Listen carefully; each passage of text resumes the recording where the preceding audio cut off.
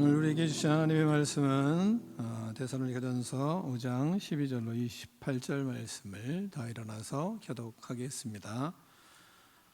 형제들아, 우리가 너희에게 구하노니 너희 가운데서 수고하고 주 안에서 너희를 다스리며 권하는 자들을 너희가 알고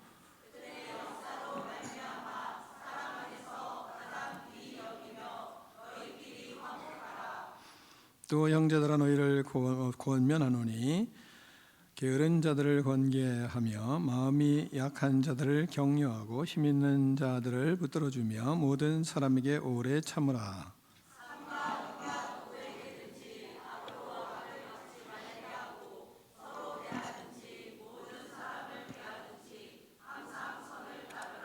항상 기뻐하라. 함께 있습니다. 범사에 감사하라. 이것이 그리스도 예수 안에서 너희를 향하신 하나님의 뜻이니라. 아멘. 하나님의 말씀을 들고 우리의 고백을 하나님께 올려드리겠습니다. 주의 말씀은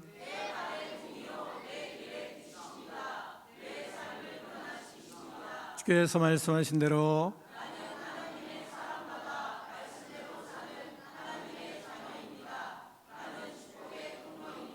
오늘도 주의 말씀에 말씀하여 주옵소서. 아멘. 다 자리에 앉겠습니다. 말씀의 제목을 크게 두 번 읽겠습니다. 시작.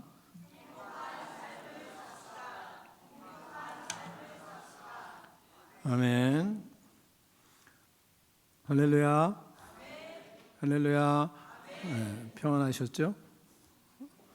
기도 많이 하셨으니까 평안하셨겠죠. 여러분의 기도 덕분에 저도 잘 지내고 있습니다. 오늘은 제가 간증을 섞은 설교를 할 것입니다. 큰 기대는 하지 마시고 그렇다고 기대를 또 하지 말라는 것도 아닙니다. 기대하면서 말씀을 듣는 건 상당히 중요하니까요.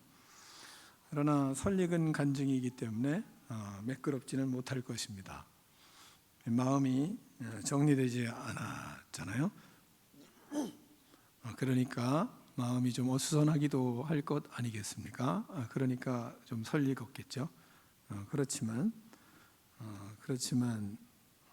싱싱한 것이고 또 그렇지만 여러분에게 큰 은혜가 될 거라고 생각합니다. 아내가 이제 병들어서 입원하여서 생사를 오가다가 지금은 이제 그래도 죽진 않는다. 이렇게 병원에서 확정적인 그런 말씀을 하기 때문에 이제 걱정이 사라졌어요. 온몸이 이제 기계에 의존하고 있는 것입니다. 지금도 그런 속에서 이제 자기 스스로 숨을 쉴 수 있는 쪽으로 갈 것을 이제 소망하면서 이제 치료를 하고 있습니다. 그런 중에 이제 설교를 하려니까 또 오늘 이 새생명 축제도 하고 또 한 사람이라도 하나님 앞에 나왔으니까 그분에게 인생의 새로운 그런 기쁨이 되는 그런 시간이 될 수도 있을 것이라고 확신합니다. 이런 이제 상황 속에 있는 목사님이 이런 상황 속에 있는 사람이 여러분에게 설교의 제목이 행복한 삶을 삽시다. 맞는다고 생각하십니까? 행복하게 사셔야 되지 않겠어요? 그런데 목사님 행복한 삶을 삽시다 이런 제목으로 어떻게 말씀을 전하시려고 하나 이렇게 걱정해 주시는 분도 있지 않을까 이렇게 생각합니다. 제가 우리 아내의 사진을 하나 보여줄까 이렇게 생각을 먼저 했습니다. 아내가 지금 저렇게 하고 있어요. 좀 그래도 기계는 안 나왔네요. 보니까 기계는 빼고 찍었나 본데 전부 이제 의존을 하고 있는 상태예요. 그래서 그런데 이런 가운데 설계의 제목이 행복한 삶을 삽시다. 행복하신가? 행복합니다. 그러기 때문에 제가 설교를 할 수 있게 됐습니다. 저는 행복하거든요. 설교를 들으면 행복이 저렇게 행복하신가 하는 생각도 하실 수 있을 것이라고 생각합니다. 오늘 본문에 보면요, 본문인 또 본문을 우리가 쭉 그동안에 보아왔던 데살로니가서잖아요. 데살로니가서에서 여러분에게 가장 많이 오늘 또 알고 했는지 모르고 했는지 모르겠지만 기도한 사람도 이 본문을 또 기도를 하더라고요. 그래서 이런 생각을 하고 이제 뒤에서 같이 기도를 했습니다. 먼저 본문에 보시면 12절에 뭐라고 말씀하시냐면 목회자와 가르치는 자와 같이 귀히 여겨라. 가르치는 자를 귀히 여겨라. 목회자를 귀히 여겨라. 이런 말씀이에요. 첫 번째가 12절 13절 말씀을 같이 교독하겠습니다. 형제들아 우리가 너희에게 구하노니 너희 가운데서 수고하고 주 안에서 너희를 다스리며 권하는 자들을 너희가 알고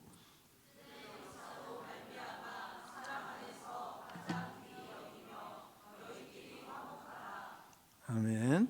자, 가정이 화목하기 위해서는 부모를 귀히 여겨야 그래야 이제 화목하게 되잖아요. 부모를 귀히 여기지 아니하고 자녀들끼리 화목할 수 있는 것은 좀 이치에 맞지를 않죠. 그런데 착각할 수는 있어요. 왜냐하면 그런 생각하는 사람들이 생각보다 많기 때문에 그래요. 부모를 귀히 여기지 않고도 자기들 행복하게 잘 사는 그런 사람들이 개중에 있거든요.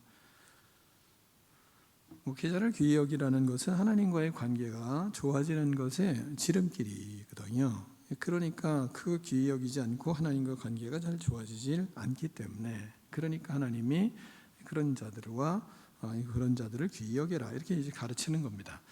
하나님의 말씀을 전하고 목회자가 말씀을 전할 때 잘 귀 기울여 들을 수 있는 것은 이제 신뢰 관계가 구축돼야 그래야 이제 잘 들을 수가 있잖아요. 그러나 이 땅에 목회자들의 모습이 덕이 되지 못하는 악한 세대 속에 우리가 살고 있습니다. 시대가 악한 것의 가장 큰 증표는 어디에 있는가? 그것은 다른 데 있지 않습니다. 어디에 있느냐 하면 목회자가 악하기 때문에 그렇습니다. 그게 가장 큰 시대가 악한 겁니다. 시대가 가장 더러운 것은 목회자가 더럽기 때문입니다. 그걸 부인할 수가 없습니다. 그렇기 때문에 시대가 목회자를 천대하고 좋아하지 않습니다. 그래서 이제 설교를 나름대로 준비하다가 손석희 아나운서가 JTBC인가 거기에 아무튼 거기에 보니까 목회자들에 대한 명성교회에 대한 세습에 대한 비판을 쭉 하더라고요. 맞습니다. 그만큼 시대가 약해요. 목회자도 돈뿐이 모르는 목회자가 많고 또 목회자도 세상적인 목회자도 수두룩합니다. 그러다 보니까 목회자와 관계가 좋지 않은 경우가 너무 많아서 원리를 잃어버리는 그런 상황 그리고 하나님의 말씀을 잊어버리는 그런 상황이 되어버렸습니다. 그러나 목회자가 아무리 이 땅에 악한 목회자가 많이 있더라도 우리는 그런 악한 목회자를 떠날 수는 있습니다. 그러나 하나님의 말씀을 떠날 수는 없어요. 그러니까 목회자가 악한 것에 대해서 비난하는 것은 그렇게 큰 문제라고 생각하지는 않아요. 그러나 본문의 말씀에서 형제들아 우리가 너희에게 구하노니 너희 가운데서 수고하고 주 안에서 너희를 다스리며 권하는 자들을 너희가 알고 그들의 역사로 말미암아 사랑 안에서 가장 귀히 여기라. 이 하나님의 말씀을 부인할 수는 없고 그 말씀을 버릴 수는 없는 거거든요. 그러니까 악한 목회자 때문에 하나님의 말씀이 우리에게서 떠나면 안 되거든요. 그러니 우리는 이 말씀은 마음에 심어야 되는 것입니다. 하나님의 말씀에서 떠날 필요는 없잖아요. 그러면 우리가 죽는 거려. 하나님을 섬기는 우리는 수고하고 주 안에서 이렇게 아름답게 살아가는 그런 목회자들과의 관계성은 아주 아름답게 해야 된다고 귀히 여기라 이렇게 말씀하는 거예요. 그래야 그렇게 신뢰해야 인생이 아름다워지고 우리의 삶이 아름다워지고 우리의 인생이 성공을 하거든요. 그런 목회자 되보려고 이렇게 애를 써보는 거죠. 뭐 100% 좋다, 뭐 대단하다, 그런 목회자는 못 돼도 그런 악에서는 떠나보려고 길을 써보는 겁니다. 그런 이제 관계성을 목회자와 이제 잘 가지면, 그러면 이제 하나님이 계획한 인생의 복이 있겠죠. 그런 다음에 두 번째 얘기하는 것은 서로 화목하라, 이렇게 말씀을 하세요. 본문에 보면 그러잖아요. 13절, 14절 말씀을 서로 교독하겠습니다. 그들의 역사로 말미암아 사랑 안에서 가장 귀히 여기며 너희끼리 화목하라.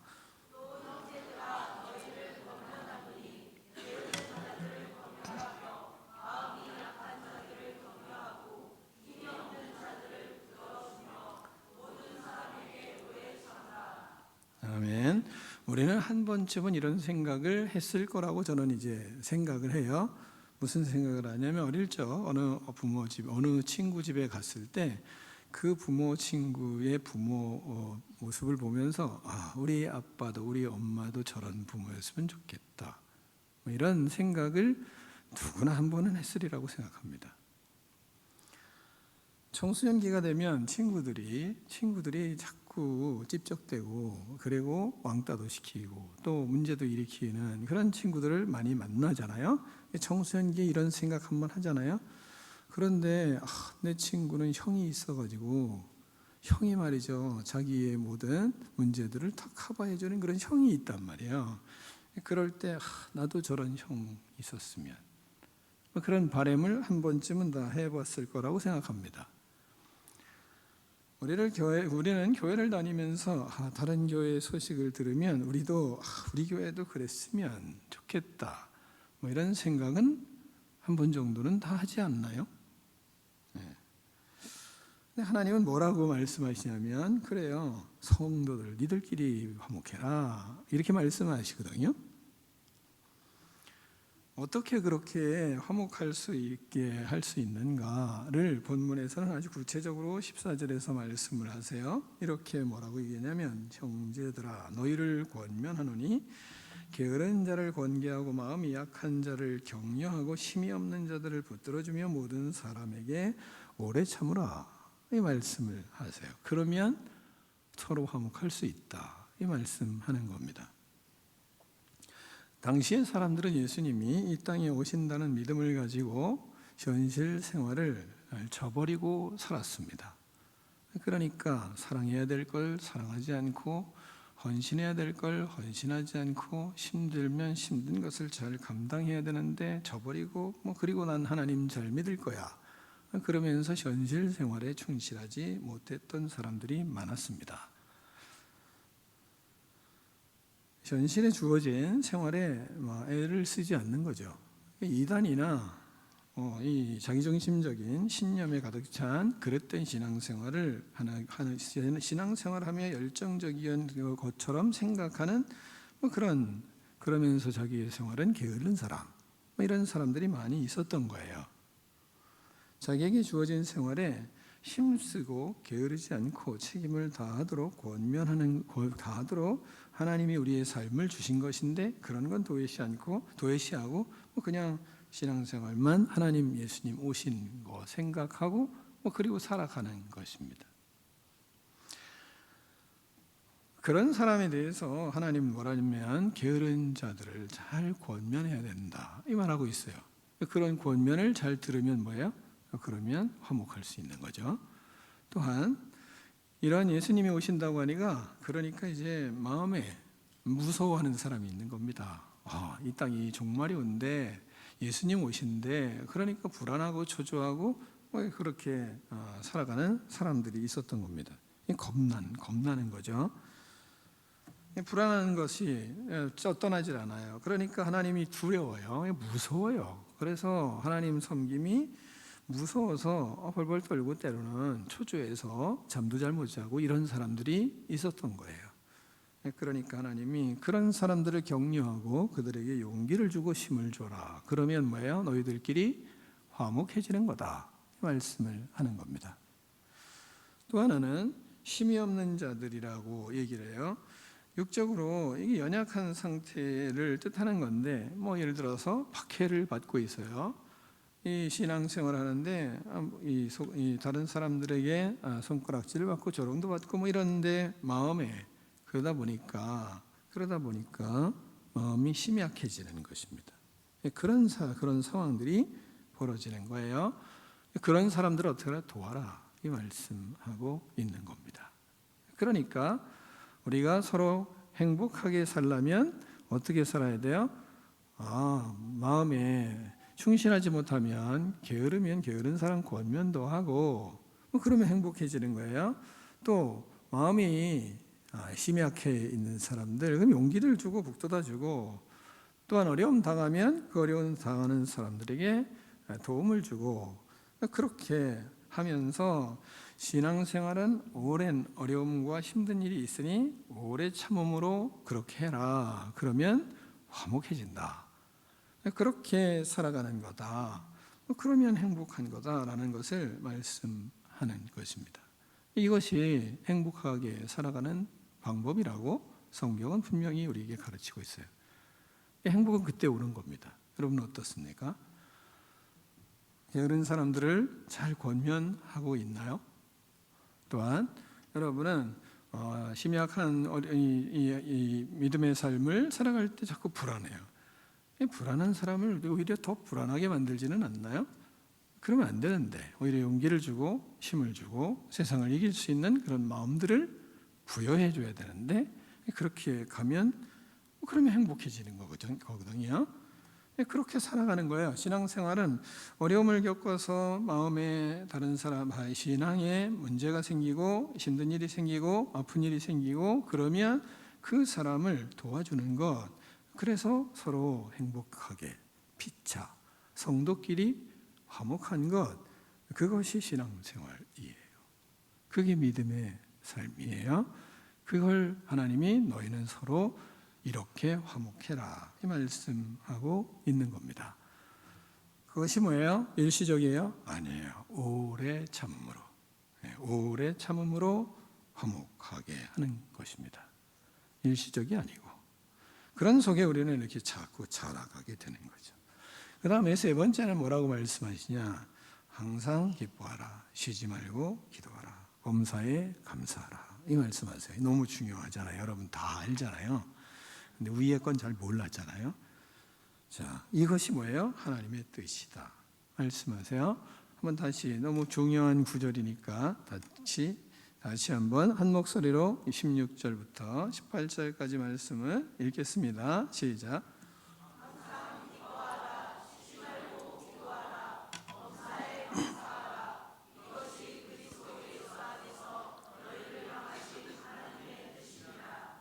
아멘.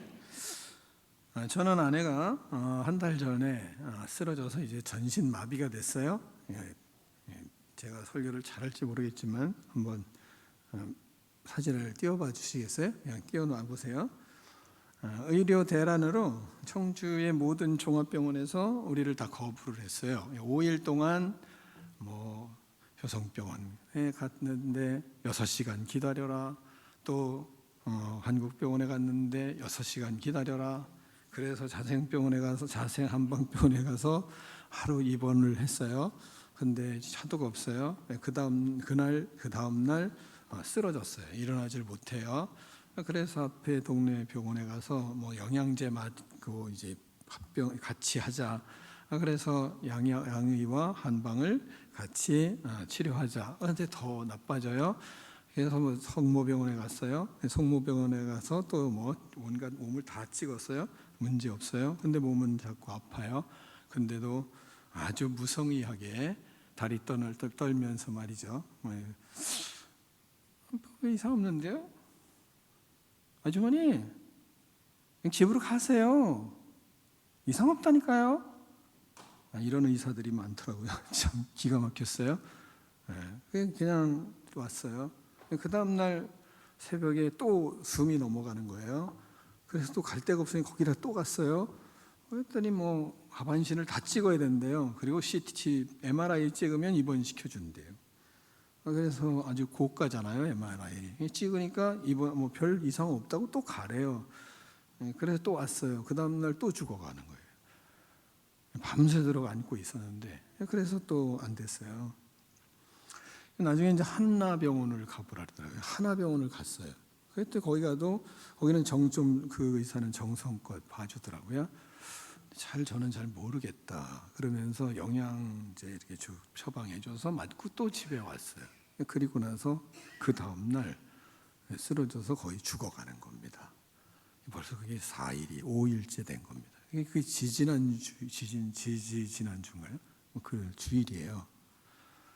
그렇게 이제 그러다가 우리 아는 분이 무조건 그 의사인데 그거 가라. 그래서 거기를 갔어요. 어디를 갔냐면 충북대학병원을 그냥 쳐들어가라고. 그러면 길이 열릴 수 있다. 쳐들어가서 그 아는 의사가 전화를 해가지고 직접 지금 당신 지금 기도 삽관하지 않으면 그분 힘들다. 당신 빨리 기도 삽관해라. 당신 누굽니까? 안산병원의 신경외과 의사입니다. 당신 지금 빨리 하라고. 그래서 했어요. 그리고 나더니 나오면서 실토를 하는 거예요. 기도 삽관 안 했으면 이분 운명하셨겠네요. 그 자격 그러더라고요.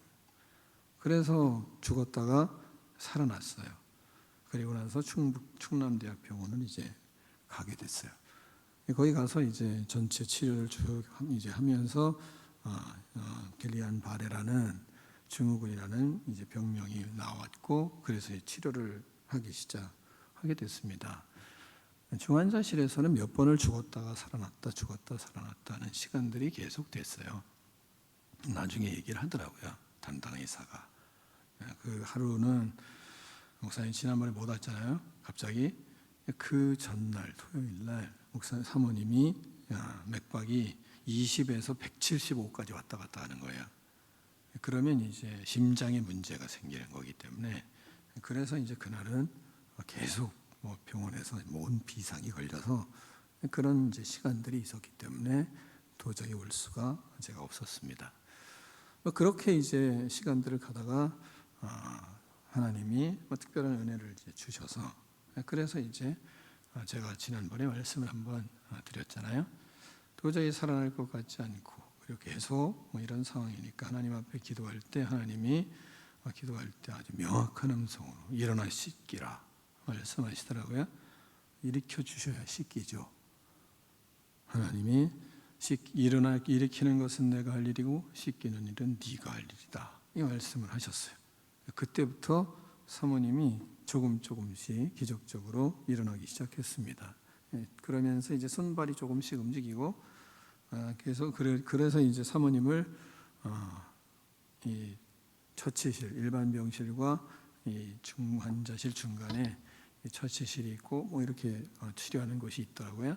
거기서 이제 직접 케어를 목사님이 이제 하게 됐어요. 근데 그런 속에서 들어갔는데 사모님이 그러는 거예요. 여보, 나 여기 씻겨줘. 나 저기 씻겨줘. 얼굴 씻겨줘. 여보, 나 입 씻겨줘. 여보, 나 여기 좀 씻겨줘. 팔 좀 씻겨줘. 손 좀 씻겨줘. 계속 씻겨달라는 얘기 하는 거예요. 그래서 제가 여보, 왜 당신 나에게 자꾸 씻겨달라고만 그래?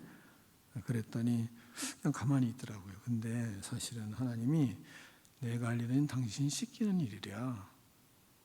사모님이 계속 씻겨달라고 계속 얘기해. 발 씻겨줘, 손 씻겨줘, 여기저기 전부 다 씻겨달라는 겁니다. 그렇게 이제 사모님하고 이야기를 이제 했어요. 그랬더니 울더라고요.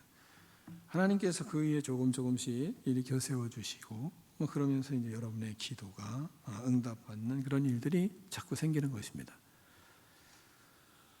그런 속에 하나님이 제 마음속에 쭉 한번 돌아보게 됐어요. 그 과정 가운데 하나님께서 사모님을 볼 때, 사모님이 이제 학교 생활 신학원에 재직하면서 17년 동안 이제 근무를 했어요. 17년 근무해서 받은 퇴직금 이 교회 세우는데 다 썼어요. 퇴직금 받고 하나도 못 받았거든요. 다 여기다 집어넣었지. 그래서 교회를 세웠어요. 그리고 사모님은 남편과 교회와 성도를 위해서만 살았어요. 너무 그랬죠. 너무 뭔가 좀 챙겨야 되는데 뭐 그러다 보니까 자식 네 자식 다 방목했습니다. 뭐 우리 애들 스스로 있지 뭐 이렇게 우리가 해준 게 별로 없습니다. 그런 중에 하나님은 저에게 계속 제가 아내를 섬기는 가운데 아내를 위해서 살라라고 말씀을 하셨어요. 그래서 저는 여러분에게 하나님의 사랑을 아내를 섬기는 것으로 여러분에게 나타내 보일 것입니다. 저는 여러분을 목회하는 것으로 이제는 그만하고 아내 잘 섬기고 그리고 아내 잘 사랑하고 아내에게 제 인생 생명을 잘 불태워서 아내를 잘 살리는 것에 저는 인생을 마무리할 것입니다. 우리는 하나님은요 우리를 서로 사랑하라 말씀하셨어요. 하나님은 또한 그 사랑을 서로 사랑함으로 나타내라 하셨습니다. 우리는 서로 사랑함으로 하나님의 사랑을 나타낼 수 있습니다. 이런 과정을 보니까 사람만 있어줘도 감사하더라고요. 살아 있어주는 것이 너무 감사하고 그러니까 그런 속에서 사람만 있어주니까 너무 좋은 거예요. 내가 뭐 일을 해가지고 힘든 게 아니라 사람만 있어주니까 그러니까 내 삶에 의미가 있더라고요. 그러면서 하나님이 이런 마음을 주시면서 성도들에게 이런 말씀을 전하라는 마음을 주셨어요. 여러분도 모든 사람들이 다 우리 성도들은 하나님 안에 그냥 살아 있어주면 되는 거예요. 그런 존재예요. 대단한 일을 해서 대단한 사람이 아니더라고요. 뭘 업적을 이루었기 때문에 대단한 게 아니라 여러분은 살아있는 자체가 위대한 존재인 것을 여러분이 깨닫는 은총이 있기를 간절히 축원합니다. 하나님은 우리가 주의 뜻대로 살고 있어서 너무 감사해 하시는 것 같아요. 다른 건 아니더라고요. 근데 제가 그랬어요. 하나님, 내가 이런 속에서 어떤 걸 하시길 원하십니까? 근데 네 아내 잘 섬기라고 그런 마음을 너무 강하게 저 마음속에 주세요. 우리가 바로 그런 하나님께 그런 존재들이고 그런 존재로 하나님이 우리를 사랑하셨기 때문에 그 사랑을 우리는 다른 사람들에게 하며 사는 거죠.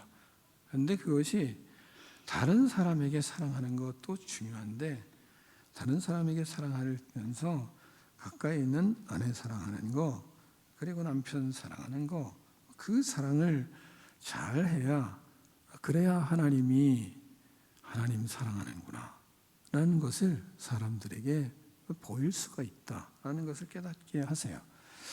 병원에 계속 있으면서 제가 병원에 있다 보니까 힘들죠. 쉽지 않죠.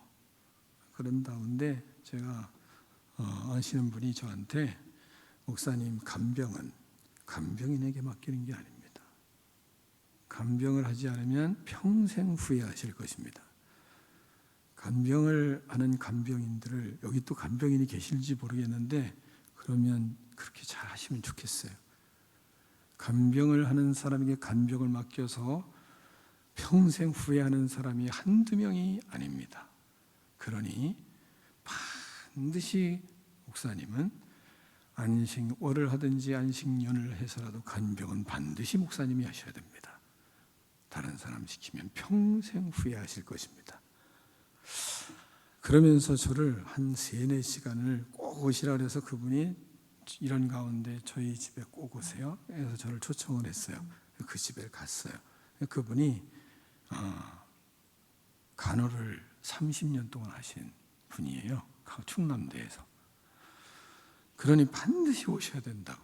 그래서 갔어요. 3시간 동안을 저를 세뇌시키시더라고요. 간병은 간병인에게 맡기는 게 아닙니다. 간병은 당신이 해야 되고 가족이 해야 됩니다. 그렇지 않으면 다른 합병증 생기고 문제 생기고 큰 후회하실 것입니다. 그러면서 아무튼 3-4시간 동안 말씀을 하시더라고요. 그리고 각오를 단단히 할 수 있도록 원리스트를 쭉 얘기를 했어요. 들어갔어요. 아, 그렇구나. 그분 말이 정답이구나. 이걸 누가 하나 하는 생각이 들어요. 3일 동안 사모님이 이제 나왔어요. 나오고 나서 3일 동안을 제가 간병 시작을 하는데 하루를 지났어요. 그때부터 이제 몸이 풀리잖아요. 온몸이 다 굳었으니까, 마비됐으니까, 마비된 게 이제 풀리기 시작하니까 그동안에 있었던 속에 있던 장에 있던 똥이 나오기 시작하는데 3일 동안을 나오더라고요. 줄줄이 나와요. 그냥 막 하면 확 쌓이잖아요. 우리는 들어가면 확 싸고 끝이잖아요. 근데 환자는 계속 조금씩 계속 나오는 거예요. 그러니까 3일 동안 우리 아들하고 한잠을 못 자고 둘이서 3일 동안을 똥을 받아내는 겁니다.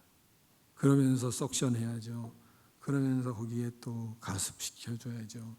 밥 먹여야죠. 계속 돌아가는 거예요. 3일을 한잠을 못 자고. 간병인이 하겠습니까? 이거 간병인이 하겠어요? 못하죠. 남편이니까 하는 거죠. 그러니까 살아나더라고요. 그러니까 다른 지금까지 합병증 하나 안 생기고 있거든요. 사람들이 놀래는 거죠. 더구나 그러다 보니까 중환자실에서도 가끔 지리고 그랬는데 이 잘 닦아주질 않아서 그 안이 전부 다 새빨갛게 전부 다 이제 상처가 된 거죠. 그러니까 그걸 또 치료를 해야 되니까 쉽지 않잖아요. 그걸 하는 거죠. 하니까 그 속에서 살아나기 시작하는 거예요. 모든 마음이 그리스도의 마음으로 움직이기 시작하고 똥을 싸도 괜찮고 또 마음이 똥을 싸니까 얼마나 행복한지.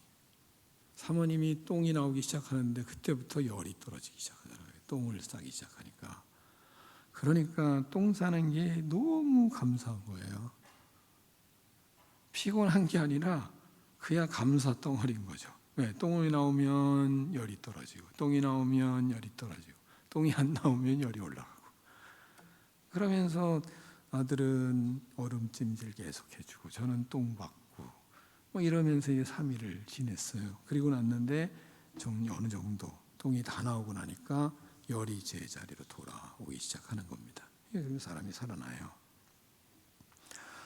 병원에서 있으면서 하루는 또 넷째 날인가 됐는데 선망 증세가 있는 딴 분이 들어오신 거예요. 그러니까 밤새도록 막 뭔 얘기를 막 소리를 질르시고 막 이러니까 남편이 아이씨 그러면서 밤새도록 있는 거예요. 남편 아내가 말 같지 않은 말을 하니까 선망 증세는 뭐 별의별 말을 다 하시는데 막 꽥꽥 소리도 지르시고 그러니까 이분이 막 승질이 나가지고 어쩔 줄 모르시더라고요. 근데도 그분이 얼마나 힘들면 다 이해를 하는 겁니다. 네 명이 한 병실에 있는데 그걸 다 이해를 하는 거예요. 아무도 뭐라고 안 하는 겁니다. 밤새도록 다 못 잤죠. 그냥 계속 밤새도록 돌아다니고 선망증세 하나 다니고 또 화장실 갔다 오면서도 승질내고 화내고 막 무슨 이상한 말하고 그러는데도 그 네 가족이 아무도 그거에 대해서 흠을 잡질 않아요. 아유 어떡하지? 다 걱정하는 겁니다. 어떡하지? 그러면서 다 같이 밤을 지새고 있는 거예요.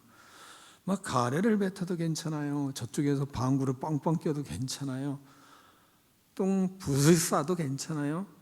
뭐 아무 거리낌이 없어요. 흠이 되질 않아요. 그게 병원이에요. 그 속에서 다들 밥을 맛있게 먹는 겁니다. 아침이 되면 밥 먹고 점심이 되면 밥 먹고 똥 치우면 뭐 어디다 뭐 쓰레기통에다 고스란히 버리나요? 그렇게 겨를이 없어요. 나오면 그냥 비닐에다 집어넣어서 그냥 버리는 거죠. 그냥 바닥에다. 그리고 나서 나중에 한 번에 치울 수밖에 없어요. 그런 거 다 보면서도 다 밥 잘 먹고 서로 사랑하며 있는 겁니다. 왜냐하면 그것이 바로 하나님이 우리에게 이 땅에서 살아가는 사람들의 삶에서의 마음이 아닐까라는 생각을 하게 됐어요. 흠을 잡는 사람이 없는 거죠. 그렇게 지내다가 이제 하나님의 은혜와 여러분의 기도 덕분에 이제는 재활의학과로 병실을 옮겼습니다. 그렇게 근육이 하나하나 풀리기 시작하고 그런 가운데 재활의학과로 갔더니 그곳에 또 4인실에 들어갔어요. 거기에 간병인이 두 사람이 간병인이고 한 자리는 벼 있고 목사님은 그 한 자리에서 이제 하고 있는 겁니다. 근데 그렇게 석션하고 그러면 소리가 확 나거든요. 가습하면 드르르 계속 소리 나거든요. 2시간, 1시간 반 이렇게 계속 하는 거예요. 그걸 해줘야 되거든요. 거기도 간병인이 있는데 그 간병인은 야, 이런 인간도 있구나 하는 간병인이었습니다. 텃세를 하는 거예요. 자기 자리 차지하려고. 환자의 중증 환자와 경증 환자를 같이 집어넣어가지고 밤새도록 잠도 못 자게 한다 그러면서 막 투덜대고 왔다 갔다 하면서 별짓을 다 하고 있어요. 그게 간병인이에요. 선망 증세를 가진 간병인도 있더라고요. 잠 잘 자고도 아침에 일어나서는 투덜대면서 저놈 환자 때문에 잠도 못 잤다고 저놈의 석션 이런 말을 함부로 하는 것입니다. 이런 사람도 있어요. 이런 사람도 마음속에 시므온 하나님 저 사람에게 시므온의 은혜를 좀 주실 수는 없나요? 누군지 아시죠? 엘리사벳의 그런 마음도 들더라고요. 인간은 이런 거죠. 그런 속에 회개하고 그리고 부지런히 아내 섬기고 주님 앞에 지혜롭게 섬기지 못한 것에 회개하고 그러면서 자꾸 아내 잘 섬기려고 힘을 쓰고 있는 가운데 행복이 오더라고요. 이런 게 행복이구나 이런 생각을 자꾸 하게 되더라고요. 그러면서 이 본문에 하나님이 말씀하시는 말씀이 있잖아요. 뭐라 그러죠? 범사에 감사하라. 쉬지 말고 기도하라. 하나님의 뜻이라는 거죠. 감사가 일어나게 되고 그 속에서 이게 하나님의 뜻이구나 이런 걸 깨닫게 돼요. 힘들다고 행복하지 않다고요? 거짓말이더라고요. 전 힘이 드는데 행복하더라고요. 아주 힘들어요. 근데 아주 행복해요. 여러분도 해보실 때가 올 수도 있지만 아주 힘들어요. 근데 아주 행복해요. 이 행복을 어떻게 느꼈으면 좋겠다 하는 생각을 하게 됐어요. 그래서 감사하며 함께 투병의 시간을 보내고 있습니다. 장기 투병이 될 것이라고 예측을 하고 있어요. 그렇지만 하나님의 사랑이 더 클 거라고 마음이 그렇게 생각이 자꾸 와요. 누워있는 아내를 섬기며 사랑하는 것이 무엇인지를 조금씩 알아갑니다. 사랑이 이런 것이구나.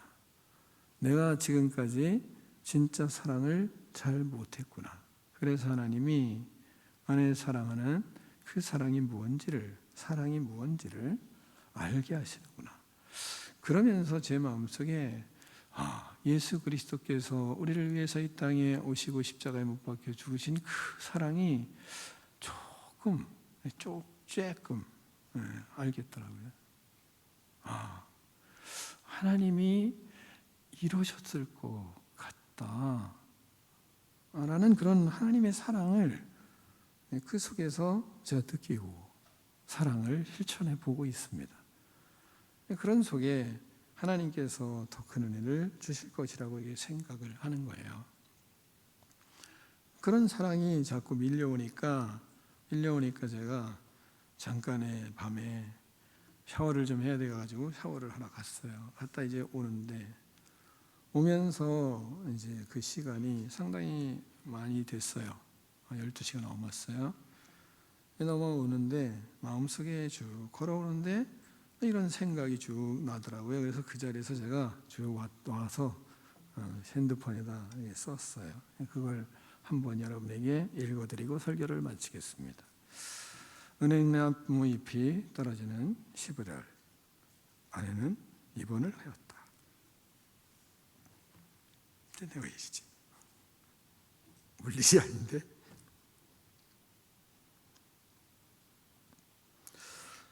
한적한 새벽 수북히 쌓여있는 은행잎을 밟으며 충남대 의과대 캠퍼스를 걸었다.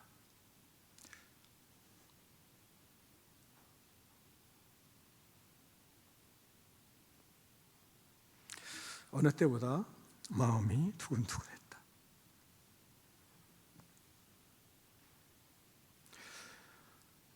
캠퍼스 운동장으로 내려가는 계단을 한 칸 한 칸 밟아 내려가며 계단이 몇 칸인지 세어보는 여유가 생겼다. 50계단.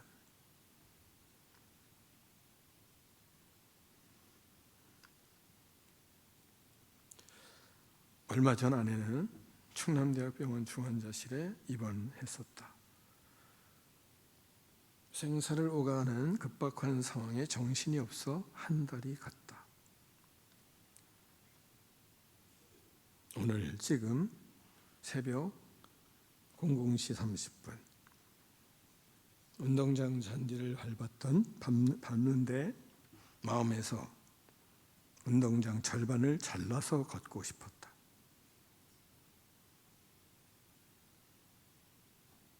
나는 모든 것을 다 가진 듯한 마음으로 지구 반을 가르는 힘이 솟는 듯 했다. 나는 00시 37분 그녀를 만나기로 약속한 장소로 행하고 있다.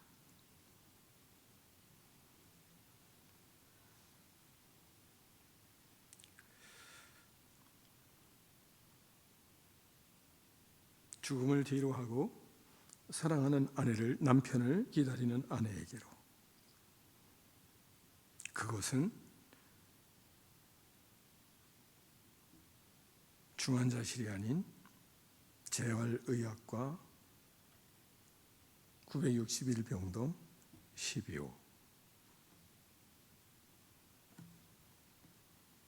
기도하겠습니다.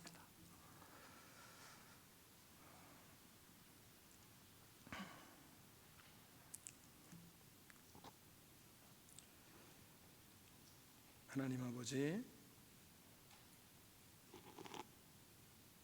사랑합니다. 어떤 상황에서도 항상 기뻐하라, 쉬지 말고 기도하라, 범사에 감사하라.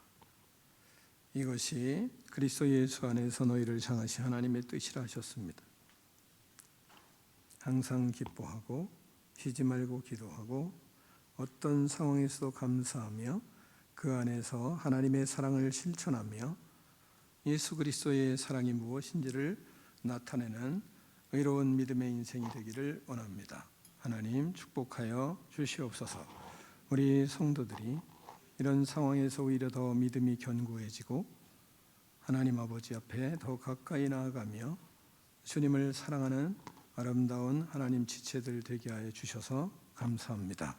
하나님 아버지, 하나님이 한 사람 한 사람 늘 만져주시고 하나님께서 늘 품어주시고 주님께서 함께 하심으로 항상 기뻐하며 쉬지 말고 기도하며 범사에 감사하신 하나님의 말씀이 모든 삶에 하나님 아버지 나타나 주님의 사랑을 경험하며 진정으로 행복한 삶을 살아가는 우리 그리스도인 주의 백성들, 꿈이 있는 성도들 다 될 수 있도록 은혜를 베풀어 주시옵소서.